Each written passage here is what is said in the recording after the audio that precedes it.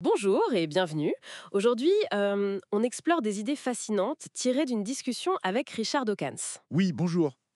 L'idée forte, c'est que chaque être vivant est comme un livre.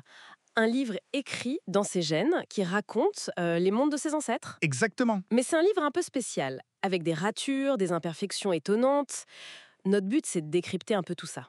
Tout à fait. L'organisme comme une archive vivante, un témoignage de l'évolution. On va voir comment on lit ça et ce que ça nous dit sur l'évolution elle-même. Alors ce livre génétique, comment un animal peut être un livre? C'est une image forte, mais Dawkins parle de palimpseste. C'est un vieux parchemin qu'on a gratté pour réécrire dessus. ah oui. Ben, nos gènes, c'est un peu ça. La sélection naturelle écrit des infos sur les mondes anciens, puis les générations suivantes, hop, on réécrit par-dessus. D'accord. Mais ça n'efface pas tout. Du coup, l'animal d'aujourd'hui, il a des couches d'infos superposées, des descriptions de ces mondes passés, quoi. C'est fascinant comme idée.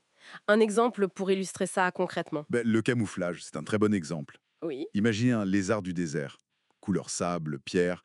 C'est une peinture de son habitat. Super efficace, mais bon, seulement là. Sur ce fond précis, oui. Voilà. Comparez ça à un phasme, qui ressemble à une brindille. Lui, c'est plutôt une sculpture. Une sculpture. Oui, en 3 dimensions. Il reste camouflé même si on le pose sur une feuille blanche, par exemple. Ah d'accord, je vois la différence. Ces adaptations qu'on voit, ce sont les indices externes. Mais l'histoire est écrite plus profondément, à l'intérieur. Dawkins imagine qu'un jour, un scientifique pourra lire ça et reconstituer les mondes anciens. Incroyable. Bon, l'évolution façonne des choses remarquables, mais vous parliez aussi d'imperfection, de défauts. Exactement. Et c'est ça qui est passionnant. L'évolution, c'est pas un ingénieur parfait. Non. Non, c'est un bricoleur. Il fait avec ce qu'il a sous la main, avec l'histoire passée. La rétine des vertébrés, par exemple. La nôtre, donc. Oui, la nôtre. Les nerfs optiques, les fils, ils passent devant les capteurs de lumière. Devant, mais c'est pas Bah logique. non. Du coup, ils doivent traverser la rétine pour aller au cerveau. Et ça crée un point aveugle, un trou dans notre vision. Ah oui, le fameux point aveugle. C'est ça. Alors que, tenez, chez les pieuvres, c'est monté à l'endroit. Les nerfs partent derrière les capteurs. Logique. C'est fou que ça persiste chez nous, ce montage à l'envers. L'évolution a trouvé cette solution-là. Et, bon, elle est restée. Et il y a d'autres exemples de cet héritage un peu bizarre. Oh que oui. Le nerf laryngé récurrent. Ça, c'est presque absurde. Racontez.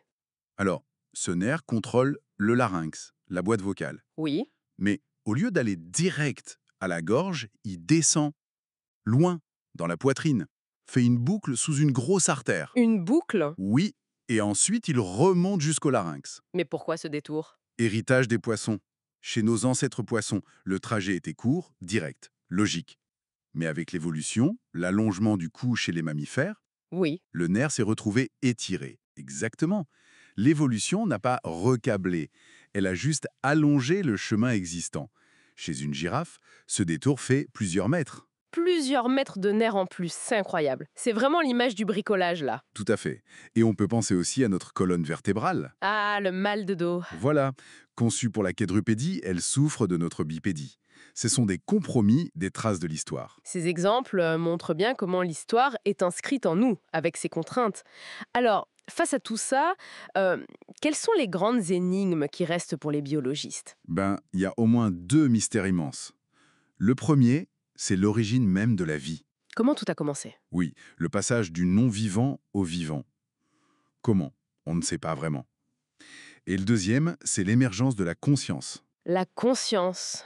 Vaste sujet. Et là, c'est encore plus vertigineux. Comment de la matière, même complexe, peut se mettre à ressentir, à avoir une expérience subjective? On ne sait même pas quel type de réponse on cherche. C'est vrai. Ça montre la complexité folle du vivant. Bien plus complexe, dit Dawkins, qu'une étoile, par exemple. Donc, pour résumer, notre biologie, c'est cette archive vivante façonnée par des millions d'années. Un processus puissant, créatif, Oui, mais aussi plein de bizarreries, de solutions de fortune, d'héritages étranges. Ça remet un peu les choses en perspective sur notre place dans tout ça. tout à fait. Et ça ouvre une dernière question, peut-être. Allez-y.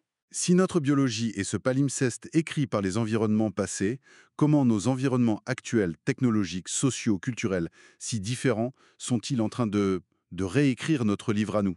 Bonne question. Peut-être via des mécanismes comme l'épigénétique, qui change l'expression de nos gènes, et peut-être à un rythme beaucoup plus rapide qu'avant pour les générations futures. C'est une réflexion ouverte sur notre propre trajectoire, ici et maintenant.